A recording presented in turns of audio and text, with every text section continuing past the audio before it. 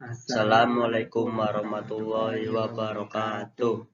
Perkenalkan, nama saya Teddy Alfarisi. Dan saya Teguh Prayoga. Di sini kami akan menjelaskan materi tentang ekuitas. Nah, langsung saja mari kita ke materinya. Nah, di sini ada pengertiannya ekuitas. Ekuitas apa sih itu? Ekuitas adalah hak pemilik terhadap aset perusahaan setelah dikurangi liabilitas atau kewajiban dalam neraca. Ekuitas juga diartikan sebagai modal atau kekayaan entitas bisnis dihitung dengan jumlah aset dikurangi dengan liabilitas. Istilah ekuitas berasal dari kata equity atau equity of ownership yang memiliki arti sebagai kekayaan bersih perusahaan. Pada dasarnya, ekuitas berasal dari investasi pemilik dan hasil usaha perusahaan.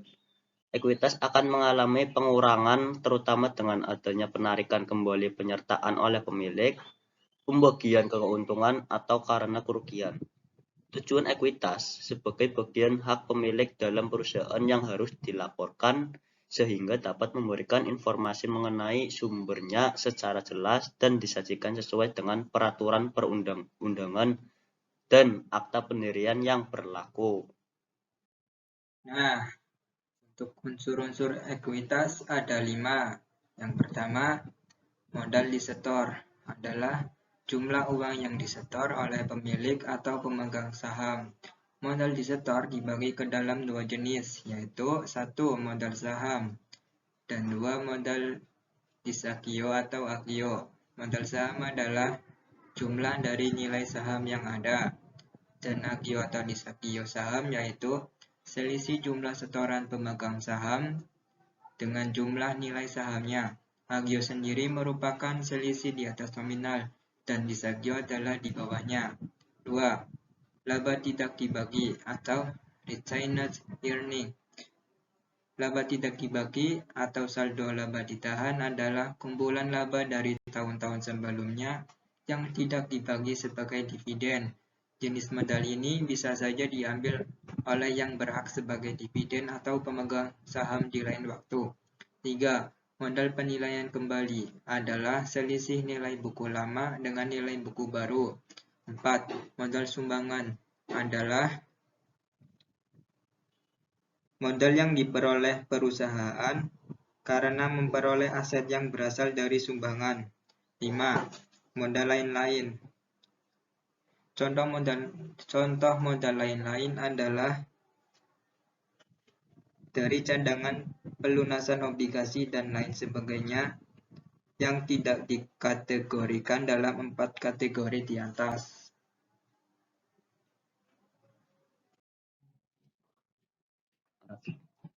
Sedangkan jenis-jenis ekuitas. 1. Ekuitas pemegang saham. Ekuitas pemegang saham adalah jumlah nilai aset yang diberikan kepada para pemegang saham suatu perusahaan setelah dikurangi dengan hutang-hutang atau kewajiban lainnya. Yang kedua yaitu ekuitas pemilik. Ekuitas pemilik adalah besarnya kepemilikan seorang pemilik atas bisnis terkait. Ekuitas pemilik biasanya berlaku untuk bisnis kecil. Perhitungan ekuitas pemilik serupa dengan ekuitas pemegang saham, yaitu besarnya aset dikurangi dengan nilai kewajiban bisnis tersebut.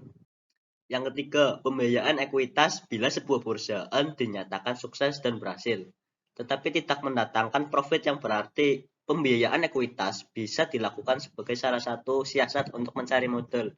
Saham yang ada di perusahaan bisa dijual ke investor dan hasil pembiayaannya bisa digunakan untuk mengembangkan perusahaan. Yang keempat, ekuitas rumah.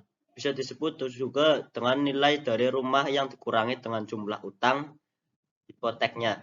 Ekuitas rumah sangat penting, terutama bagi mereka yang akan membeli atau menjual rumahnya. Nah, ada contoh ekuitas. Yang pertama ada saham biasa, merupakan ekuitas bisnis yang mencerminkan modal atau investasi awal yang disetorkan. Ekuitas ini memberikan hak kepada pemilik atau pemegang saham untuk memiliki aset-aset tertentu.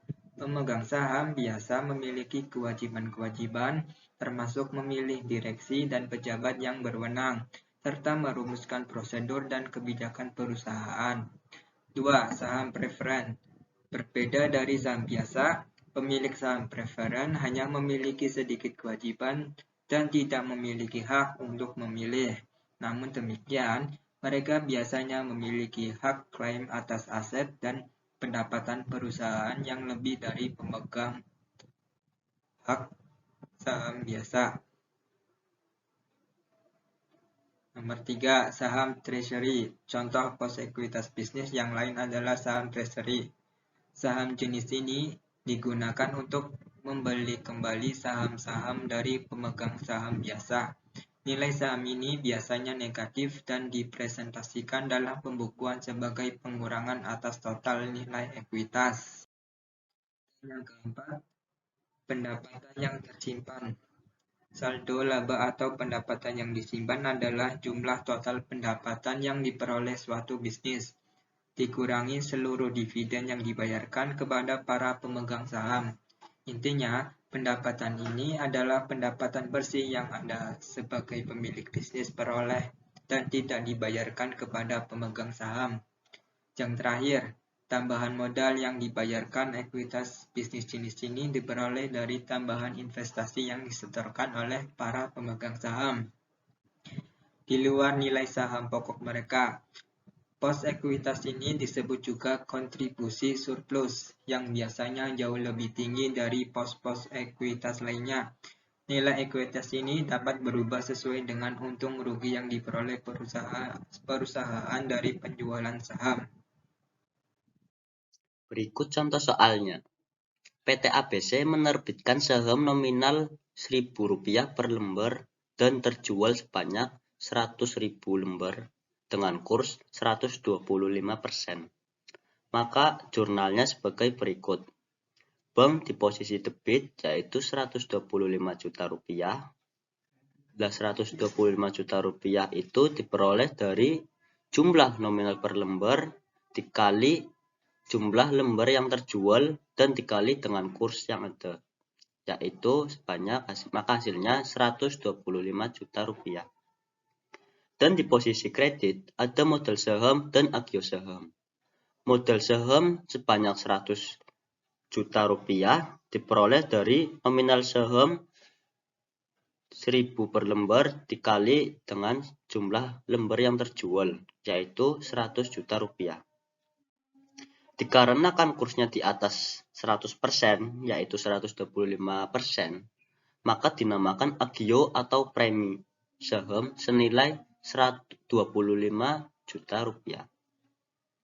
Nah, apabila dijual dengan kurs 90%, maka jurnalnya adalah sebagai berikut. Di posisi debit, ada bank dan disagio saham. Kenapa disagio saham? Karena kursnya di bawah 100%. Nah, untuk jurnalnya, bank sendiri nominalnya adalah 90 juta rupiah, diperoleh dari harga saham per lembar, yaitu Rp1.000, dikalikan dengan lembar yang terjual, yaitu sebanyak 100.000 lembar, dan dikalikan dengan 90%. Dan untuk disagio saham, nominalnya adalah 10 juta rupiah, diperoleh dari nominal saham 1.000 per lembar, dikalikan dengan 100.000 lembar terjual, dikalikan dengan 10%. Kenapa 10%? Karena nilai kurs sendiri di bawah 90%, yaitu 100% dikurangi 90% jadi 10%. Dan di posisi kredit ada modal saham senilai 100 juta rupiah, diperoleh dari harga nominal saham dikalikan dengan lembar terjual senilai 100 juta rupiah. Demikianlah video presentasi dari kami tentang materi ekuitas. Apabila ada kesalahan, mohon dimaafkan. Wassalamualaikum warahmatullahi wabarakatuh.